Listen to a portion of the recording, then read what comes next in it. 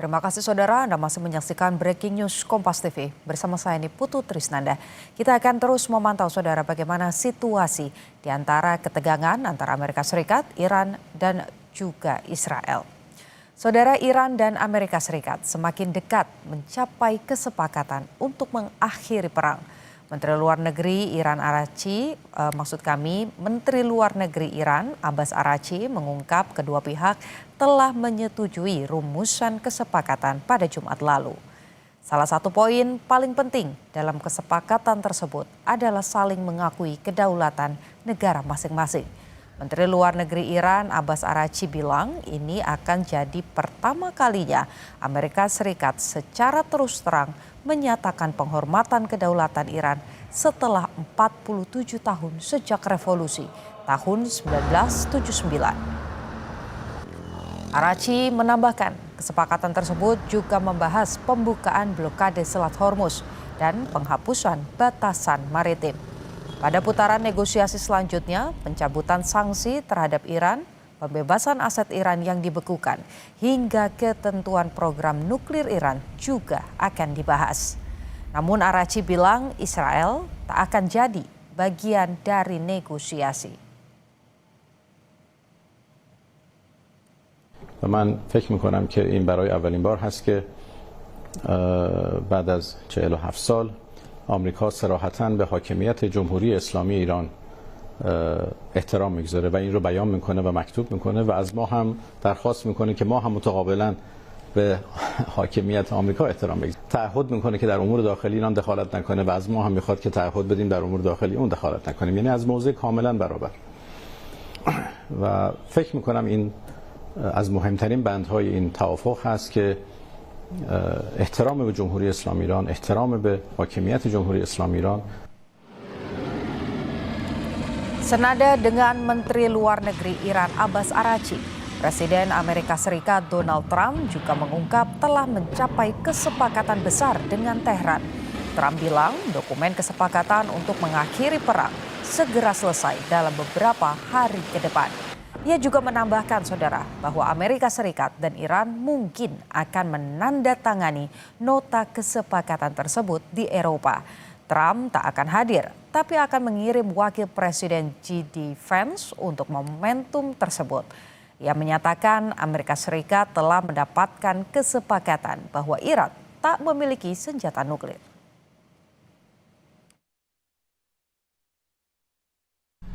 We just made a great settlement of the war with Iran, and we're going to be subject to finalization of documents, which should get done over the next few days.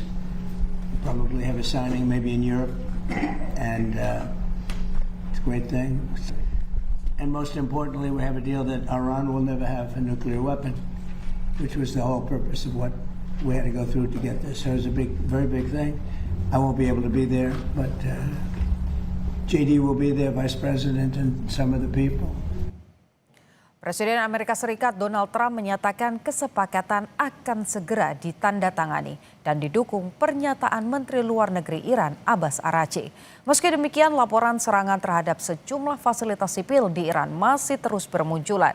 Pakar hubungan internasional dari Universitas Parahyangan Julius Purwadi Hermawan menilai pernyataan Trump tidak serta-merta bisa dipercaya dan Iran masih tetap akan waspada terhadap segala kemungkinan. Dan berikut analisanya untuk Anda.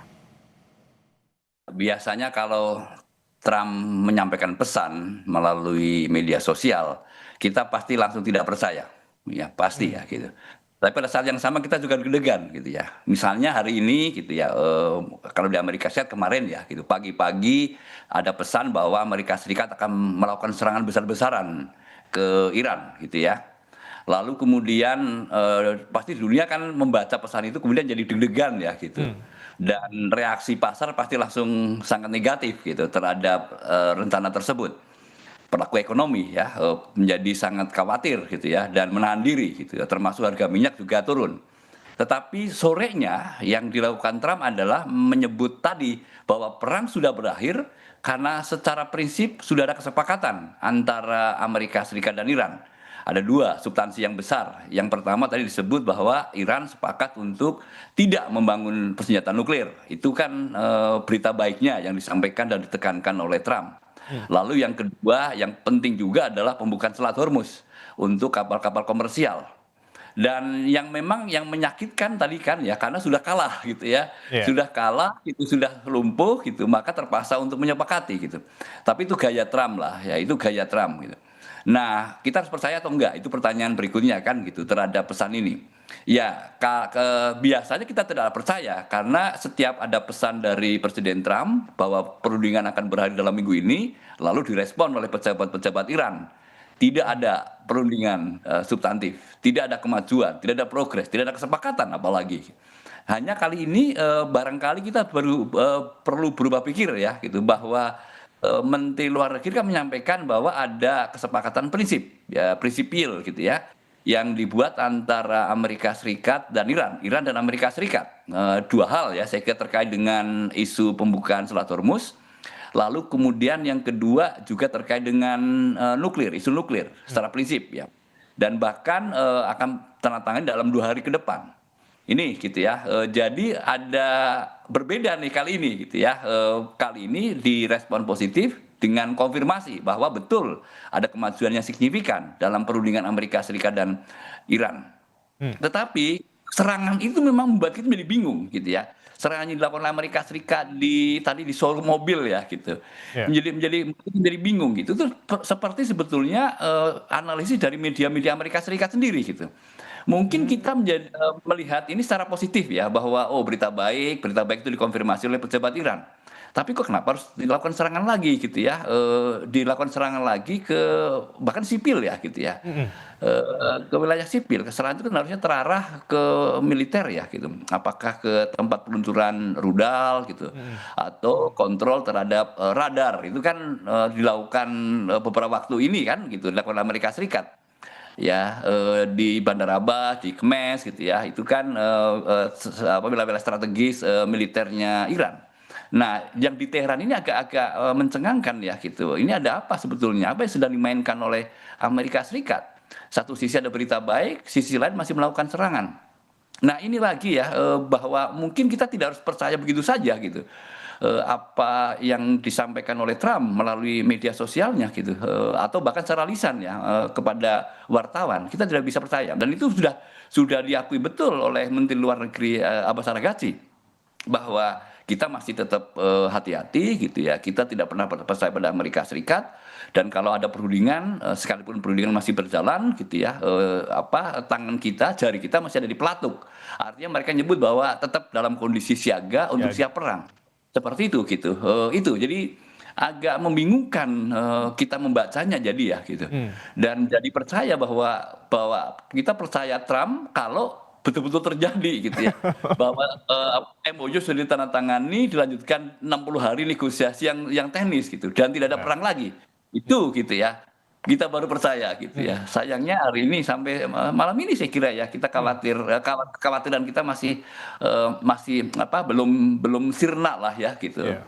Dari ketidakpercayaan seperti itu. Nah, kalau misalnya seperti itu Mas Julius, apakah mungkin kata percaya ini baru bisa terjadi jika memang meskipun bisa dikatakan hal yang mungkin sudah pasti mungkin tidak mungkin karena bisa membahayakan bagi setiap orang seperti itu. Pertemuan antara Donald Trump dan juga Mustafa Khamenei itu sendiri benar-benar sampai bersalaman tangan menyatakan damai, tapi sebenarnya menurut pandangan Anda pertemuan kedua tokoh itu apakah bisa terjadi di kemudian hari, Mas Julius? Ya, tidak ya. Saya kira tidak dan sebaiknya tidak ya. Tidak gitu. Kalau kita ingat kembali kejadian tanggal 28 Februari ketika Amerika Serikat dan Israel menyerang pertama kali ya di hari yang pertama gitu. Sasaran utama dari rudal Israel dan Amerika Serikat kan Ayatollah Khomeini. Ya, itu gitu ya. Dan kenapa serangan itu dilakukan tanggal 28 Februari? Karena pada waktu itu sudah ditemukan titik keberadaan Ayatollah Khomeini gitu ya, yang ada keluarganya sebenarnya ya gitu, seperti itu. Dan ada beberapa jenderal yang juga hadir di titik tersebut. Nah, yang sekarang sedang ditunggu-tunggu oleh Amerika Serikat dan tentaranya dan mata-matanya sudah bergerak adalah di mana posisi Mujtaba Khamenei gitu ya. Nah, begitu muncul itu kan kebaca radar, baca satelit ya, maksud saya gitu. Dan ketika terbaca satelit titik posisi keberadaannya gitu ya, jangan-jangan rudal akan meluncur. Nah, ini pancingan-pancingan yang saya kira pejabat-pejabat di Iran dan termasuk juga di IRGC terutama paham betul gitu ya, bahwa pertemuan itu akan menjadi sangat baik, sangat positif gitu ya.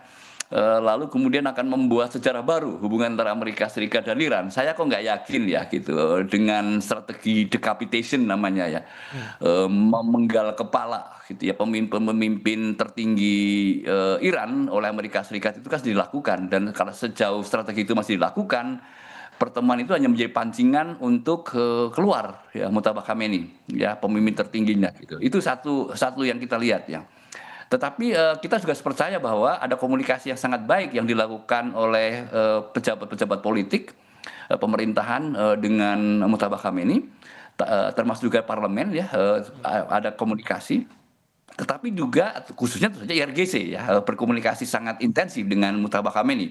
Jadi semua hal yang terjadi itu dipahami betul dan sudah dapat restu dari Mujtaba Khamenei, termasuk posisi terakhir perundingan antara Amerika Serikat dan Iran. Mujtaba Khamenei saya kira juga paham betul ya, tahu betul gitu apa yang dibicarakan gitu ya, dan akan memberi restu gitu bila dipandang positif, dipandang baik ya oleh Mujtaba Khamenei.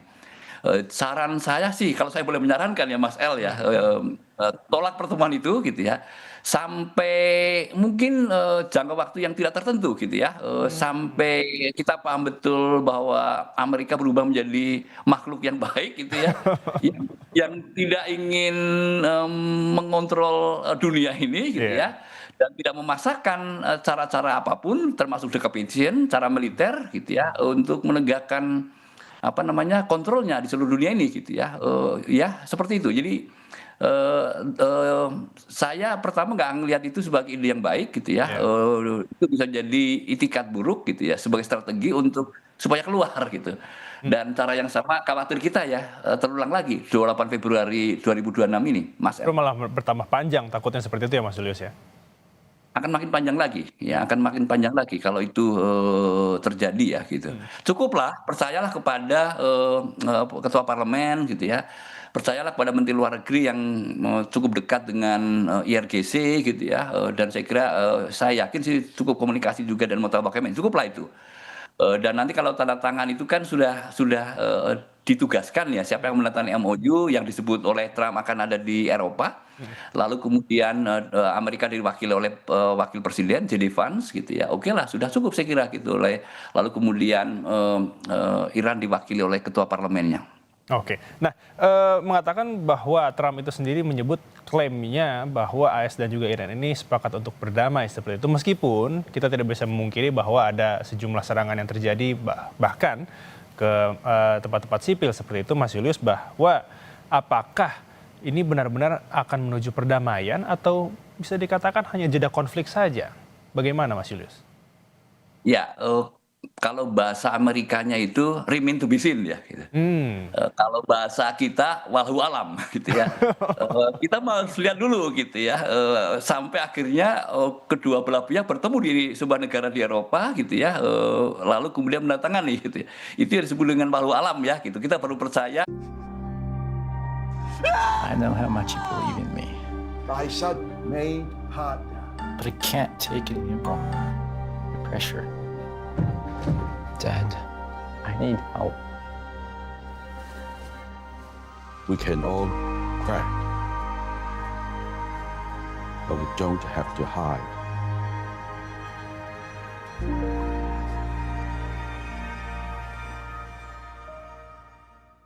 Menang dalam pengertian bisa bertahan dari gemburan negara superpower ya, seperti itu gitu.